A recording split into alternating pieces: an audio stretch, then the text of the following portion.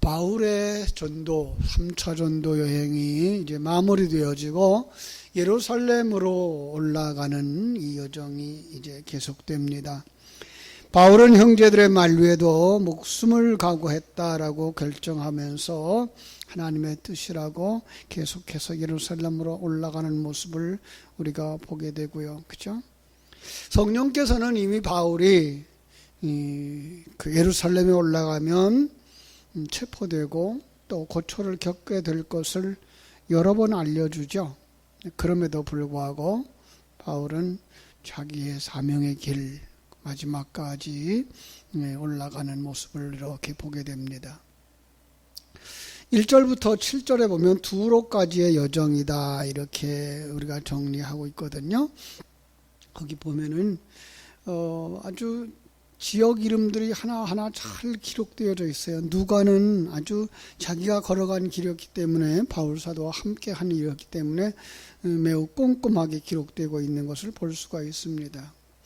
여기 1절 초두에 그렇게 얘기했죠. 우리가 그들을 작별하고, 여기 우리가 누군가 하면은 누가를 포함한 그러한 이제 일행, 바울과 같이 가는 일행들이죠. 거기를 우리라고 말했고, 그들이라고 말한 건 이제 밀레도의 회중들과 거기서 또 초청했던 에베소 장로들, 그죠? 그들이 작별하고 이제 출발하는 모습을 보게 됩니다. 왜 이렇게 자세하게 기록됐는지 우리는 몰라요. 또 자세하게 기록됐다 그래도 우리가 어디로 가고 있는지 감이 잡히지를 않아요. 그죠? 우리나라 같이 우리가 좀 알 수 있는 지역 같으면 거기로 갔겠구나, 남쪽으로 갔겠구나, 북쪽으로 갔겠구나, 거기서 어느 쪽으로 갔겠구나 이렇게 예측이라도 할 수 있는데, 지금 성경을 보면 우리는 지형에 익숙하지 않은 사람들이기 때문에 이렇게 잘 알 수는 없어요. 그러나 그럼에도 불구하고 하나님은 어떤 이유가 있을 거예요. 우리가 이유를 잘 알지 못하지만. 그런데 우리가 여기서 찾아볼 수 있는 한 단어가 있죠. 배를 타고, 그죠? 배를 타고 가는 길. 누가 생각나죠? 배 타고 가던 사람들. 저는 불순종했던 요나와 순종하는 바울을 이렇게 대조해 보고 싶은 생각이 들더라고요. 그렇습니다. 하나님의 명령이 떨어졌을 때에, 하나님이 그에게 사명을 주셨을 때에 우리는 그 사명을 따라가는 사람이 있는가 하면, 또 어떤 사람들은 거역하고 곁길로 가죠. 곁길로 가다가 결국은 시간만 낭비하고 고생만 했던 것이 요나였고, 바울은 그것이 고난인 줄 알면서도 그 길을 하나님의 뜻이야 라고 결정하고 그 길을 착실하게 진행해 나가는 모습을 보면서 세상을 살아가는 사람들이 각각이 다 다르구나, 우리는 어떤 사람이 되어줘야 될까, 이런 스스로의 마음의 결단을 할 수 있는 부분이라고 생각합니다. 그런가 하면 또 하나 바다 그럴 때 생각나는 게 바다 위로 걸어오신 예수님, 그죠? 풍랑이 일어서 배 타고 제자들이 갈릴리 바다를 지나가는데 거기에 이제 예수님이 그 풍랑을 만난 그 제자들에게로 다가오시는 예수님. 그때에 베드로가 얘기하죠. 주여, 주시거든 나로 하여금 이 바다 위를 걸어가게 하시옵소서. 내려오라. 그래서 베드로가 바다 위를 서죠. 그리고 주님을 향하여 걸어갑니다. 게다가 다가오는 풍랑을 바라보는 순간 그 바다 위를 섰던 그가 거기서 무너지고 그 바다에 푹 빠지는 모습을 보면서, 주님을 바라보고 나아갈 때 바다 같은 이 세상, 그죠? 바다 같은 이 세상을 딛고 건너갈 수 있어요. 예. 주님을 바라보고 갈 때 우리는 이 세상은 험악하지만 우리의 일생 생로병사의 과정을 거쳐가지만, 그러나 그 속에서도 능히 건너갈 수 있죠. 그러나 주님을 바라보지 못하고 문제를 바라보는 순간 우리는 그 문제 속으로 빠져버릴 수가 없고, 그죠? 거기서 고통을 호소할 수밖에 없고 좌절할 수밖에 없는 불쌍한 자리에 들어가게 되는 거죠. 뿐만 아니라 배에 오르신 주님께서 어떻게 하십니까? 파도를 잔잔케 하시는 모습. 어떤 면에서 이 배 타고 가는 길을 저는 인생길이다 이렇게 생각해 보고 있어요. 일렵편주라는 말들을 옛날부터 썼죠. 나뭇잎 한 장과 같은 우리 인생들. 풍랑이 시시때때로 일어나는데 그 풍랑을 잠재우시는 분 바로 우리 주님이시라고 하는 사실. 그리고 주님이 배에 오를 때에 그들이 목적지에 도착했다라고 하는 말을 통해서 주님과 함께하는 그 길만이 우리 인생길을 승리해 가는 길이다라는 것을 깨달아 알 수 있는 배에 얽힌 성경 속의 많은 사건들을 우리가 이렇게 볼 수 있고, 한 걸음 더 나아가서 이제 창세기로 돌아가면 노아의 방주 큰 배를 묵상하게 되어지고, 거기에 들어갔을 때에 아랫물과 윗물의 저주를 피해서 목적지에 도착하는 인생을 걸어갈 수 있구나. 예수 안에 있을 때, 그러죠? 예수 안에 있을 때 우리들은 참으로 하나님이 기뻐하시는 자로, 하나님이 원하는 자로, 더 나아가서 완성된 자로 하나님 앞에 서게 될 줄로 믿습니다. 여러분들도 주님 안에서 매일 매 순간의 삶이 풍성해지기를 바랍니다. 자, 그런데 이제 그 두로에 머무르게 되죠. 두로에서 좀 시간을 이렇게 가지고 있는 것을 볼 수 있어요. 아주 바쁘게 오순절 안에 올라가야 된다라고 생각했던 사람들 같은데 불구하고 이 두로에 딱 머물러서 일주일간의 시간을 그들과 같이 이렇게 보내는 모습을 보면서 아무리 세상이 급하지만 언제나 여유 있는 삶을 살았으면 좋겠다. 왜죠? 하나님이 나와 함께하고 있기 때문에, 이 상황 속에서 하나님이 하실 일이 있기 때문에, 나는 여기서 하나님의 그 인도하심을 받으면서 하나님 앞에 쓰임받는 인생이기 때문에 하나님이 인도하실 때까지 참으로 여유 있게 복음을 전하고 교제를 나눌 필요가 있다라고 하는 것 알 수가 있습니다. 그리고 이제 그 두로에서 일주일 동안 머물다가 다시 두로를 떠나서 돌레마이에 이르렀고, 또 거기서 이튿날 가이사라에 이르렀습니다. 8절. 이튿날 떠나 가이사라에 이르러 7 집사 중 하나인 전도자 빌립의 집에 들어가서 머무르니라. 여러분, 7 집사는 우리 사도행전 6장에서 나왔던 7 집사죠.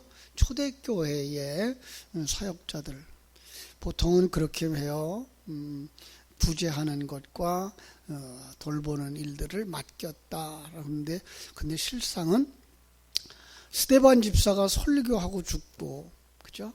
빌립이 에디오피아 내시에게 복음 전하는 모습으로 초대교회 집사들의 사역이 그냥 교회 안에서 재정이나 돌보는 그 정도가 아니었다는 걸 우리가 알 수 있다고 그랬죠. 교회의 종들은, 하나님이 택하는 일꾼들은 말씀 사역자들이었다라고 하는 말씀을 드렸는데, 그래서 여기에서 아예 그를 뭐라 그래요? 7 집사 중 하나인 전도자 이렇게 말하는 모습을 볼 수가 있습니다. 어떤 면에서 그 6장에서 7장 8장에서 스데반이 순교하고, 또 빌립이 에디오피아 내시에게 전도하고 그 지역에 전도하면서 여기까지 이르러서, 그죠? 이 가이사라에까지 이르러서 전도자로서 그곳에 교회를 세운 그 시간은 적어도 한 20년 정도의 세월이 지났을 텐데, 그 20년 동안의 시간토록 여기에 교회를 든든하게 세우지 않았나라고 생각해 볼 수가 있습니다. 뿐만 아니라 그에게 아주 귀여운 딸들이 넷이 있었는데 그들은 처녀로 살았어요. 교회 사역자들이 대부분 과부들로 기록되어진 반면에 여기서 처녀로 등장하는 건 좀 색다르긴 한데, 어쨌든 아주 그 딸들이 교회 안에 중요한 역할을 맡았고, 그들은 이제 아버지 빌립을 도와서 주님의 몸된 교회를 든든히 세워갔던 줄 압니다. 10절에 보니까 아가보라 하는 한 선지자가 유대로부터 내려왔는데, 그는 또 이제 행위 예술을 하는 것처럼 바울의 띠를 가져다가 자기 수족을 묶어서 이제 예언을 합니다. 성령이 말씀하시되 예루살렘에서 유대인들이 이같이 이 띠 임자를 결박하여 이방인의 손에 넘겨주리라 합니다. 그러니까 지금까지 계속해서 성령에 감동되어진 사람들은 다 이 바울의 예루살렘 행을 이렇게 이야기할 때마다 가서 고난을 당할 거다. 가서 고초가 있을 거다. 이렇게 이방인의 손에 넘겨질 거다라고 이렇게 예언을 합니다.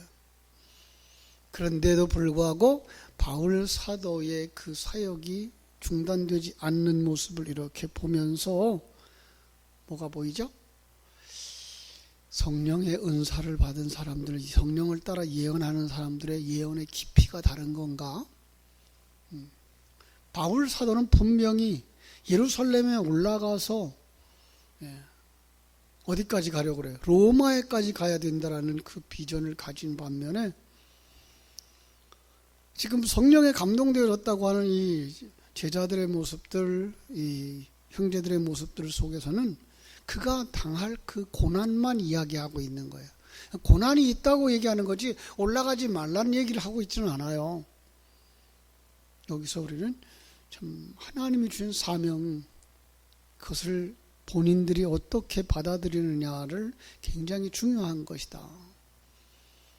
성령이 고난당한다고 이야기했으니까 가지 말라는 얘기인가 라는 이야기까지 생각해 볼 수 있지만 바울 사도의 마음 깊은 곳에는 하나님이 주신 큰 사명, 예루살렘에 올라가야 되죠.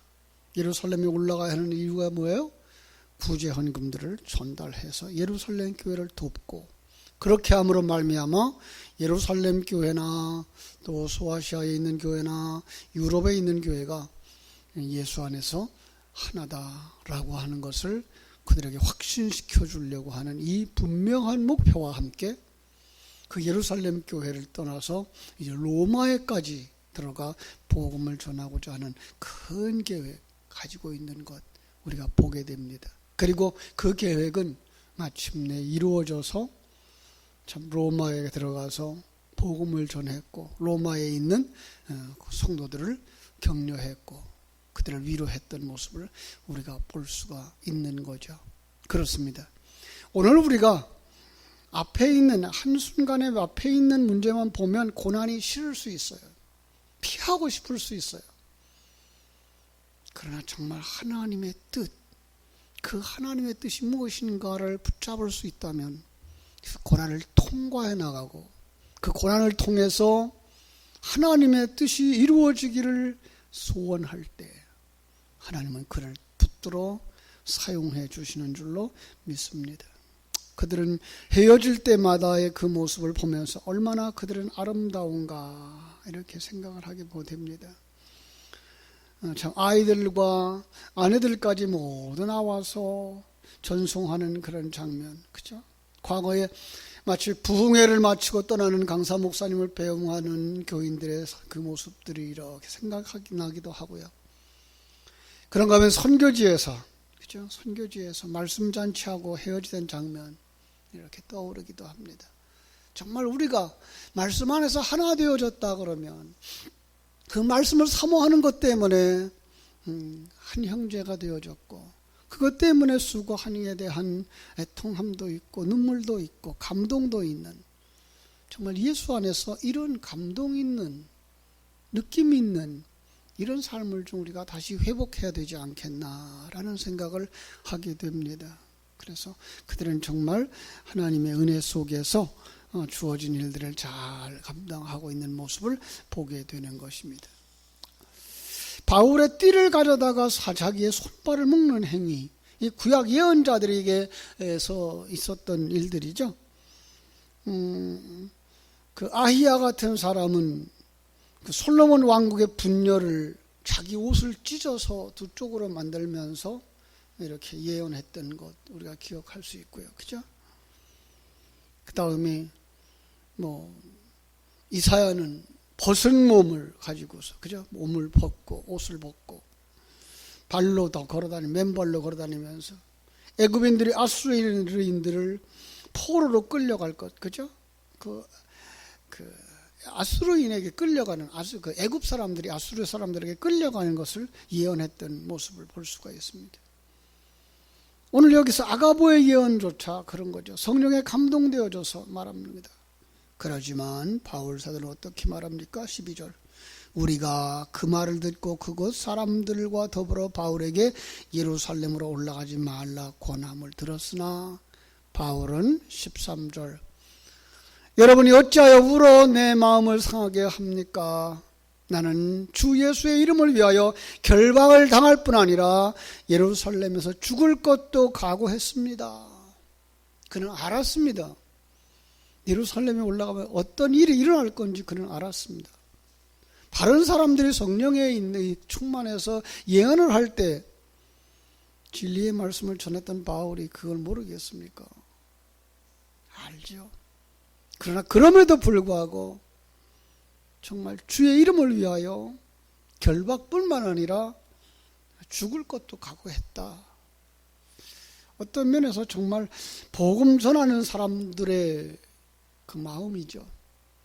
요즘도 이렇게 순수하게 순진하게 주의 복음을 들고 나가는 사람들이 있습니다. 감사할 일이죠. 선교지로 떠났던 많은 사람들, 정말 그 순간순간이 하나님이 도와주지 아니하시면 죽음의 위기를 겪었던 수많은 사람들, 근데 그들에게 주신 하나님의 그 마음은 뭐예요? 죽어도 이 일은 하나님이 내게 맡겨주신 것 내 감당해야지 라고 생각하는 아주 작은, 그런 아주 단순한, 그럼에도 불구하고 아주 엄청난 크기의 그들의 믿음을 우리가 볼 수가 있는 거죠. 그런가 하면 요즘들 참 선지학교에서 배우고 있다는 학생들이 교회 사역들을 안 한답니다. 이게 너무 안타까운 거죠. 1년에 1000명씩 이렇게 생겨나요, 신학생들이. 아니, 우리 총신에만. 그런데 교육전사를 찾기가 하늘의 별따기입니다. 그냥 우리 지역이 이렇게 도심지가 아니라서 사람 찾기가 힘든가 그랬더니 아니요, 도시에 있는 교회들도 이 사역자들 찾기가 힘들다 그래요. 참 안타까운 거예요. 그러면서 하는 말이 부모님들이 학비를 다 내주고 있기 때문에 물질의 필요성을 느끼지 않는다는 거예요. 아니요. 주일학교 사역, 그것은 그 교육전사 시절의 사역, 그것은 물질의 문제를 해결하기 위해서가 아니라 정말 신앙의 참다운 경험이거든요. 말씀만 붙잡고 나아갈 때 하나님이 어떻게 일하시는가를 보여주는 좋은 기회들인데 그 기회를 스스로 박차버리는 거죠. 안타까운 일이 아닐 수가 없습니다. 우리 교회도 지금 유초등부에, 우리 중고등부에 사역자를 찾고 있는데 약속하신 분은 가정에 지금 남편이 병원에 입원함으로 말미암아서 오지 못하고 있는 상황. 여러분들이 그 일을 위해서 더 많이 기도해 주셔서 우리 자라나는 우리 주일학교 어린이들에게 정말 중요한 하나님의 시기에 말씀 전해주고 이끌어줄 수 있도록 여러분 사역자가 일어나게 해주시고 그 가족이 회복되어지고, 그래서 우리 교회가 구석구석에 필요들이 채워지는 역사가 있었으면 좋겠습니다. 정말 이러한 주의 일꾼들, 죽음을 각오하고 나아가는 일꾼들 하나님께서 우리 교회에 세워주셔서 정말 이 교회에 바울과 같은 다음 세대를 이렇게 일으킬 수 있는 이런 살아있는 교회요, 생명 있는 교회요, 은혜 있는 교회가 되었으면 좋겠습니다. 여러분 그 일을 위해서 더 많이 기도해 주시기를 부탁을 드립니다. 기도하겠습니다. 아버지 우리 하나님, 크신 은혜와 사랑을 감사합니다. 바울 사도는 이제 배를 타고 곳곳의 도시들을 거쳐서 예루살렘을 향하여 올라갑니다. 성령의 감동을 받았다고 하는 제자들, 예루살렘에 들어가지 말라고, 들어가면은 이렇게 고난을 당할 것이라고, 결박을 당할 것이라고 가르쳐 주지만 바울 사도의 심중에 성령의 인도하심은 그로 하여금 예루살렘을 거쳐서 로마까지 가야 될 것을 보여주셨습니다. 아버지, 참으로 눈앞에 보여지는 현실을 보고 당장 일어나는 사건들을 보면 피하고 싶은 마음이 있겠습니다마는, 그러나 그 마음 중심에 하나님의 뜻을 바라다보고 나아가는 바울의 모습을 바라보면서 오늘도 중심에 뿌리 깊은 신앙을 가진 하나님의 사람을 찾으시는 아버지 그 손길과 그 일하심을 보게 됩니다. 하나님, 참으로 하나님께서 사랑하셔서 세우신 우리 포리교회 60년의 세월을 아버지 하나님께서 은혜로 인도해 주셨고, 필요할 때마다 하나님께서 사역자들을 채워주셨고, 그리고 필요한 일꾼들을 양성해 주셨습니다. 이제도 하나님 앞에 은혜를 구합니다. 아버지, 주일학교의 사역자들을 하나님 보내어 주시옵소서.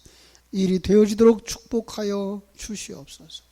이제 2월달부터 춘계 대신방을 하게 되는데 하나님께서 함께 해주셔서 신방을 이렇게 받기 위해서 준비하는 가정들 위에 은혜를 더하여 주시고, 신방자로 나서는 주의 종들에게도 함께 해주셔서 교구장님들과 구역장님들과 우리 신방대원들 사역자들이 한 마음이 되어져 마음껏 사랑하는 성도들의 가정에 축복할 수 있고 축복을 빌어줄 수 있는 은혜를 허락하여 주셔서 근본 기회를 통해서 성도들의 신앙이 회복되어지고 성령에도 민감한 사람들이 되어지고 성령의 인도하심 앞에 순종하는 사람들이 되어지며 하나님 앞에 설 수 있는 온전한 사람들로 세워질 수 있도록 아버지 춘계 대신방을 축복하여 주시옵소서. 아버지 하나님께서 오늘도 우리 모두에게 큰 은혜를 채워주시되 저녁 시간 3일 예배 위에도 하나님 성령의 기름 부어 주셔서 참으로 주기도문을 강해하는 한 마지막 부분까지 말씀을 잘 강론하고 그 말씀 속에서 깊은 뜻을 깨달아 아는 저희들, 누리며 살아갈 수 있는 저희들을 되게 해 주시옵소서. 주님께서 오늘 하루의 삶도 축복해 주시되 일마다 때마다 시간마다 아버지의 모든 사건과 만남 속에 함께 해 주시기를 소원하고 거룩하신 예수님 이름으로 기도하옵나이다. 아멘. 하늘에 계신 우리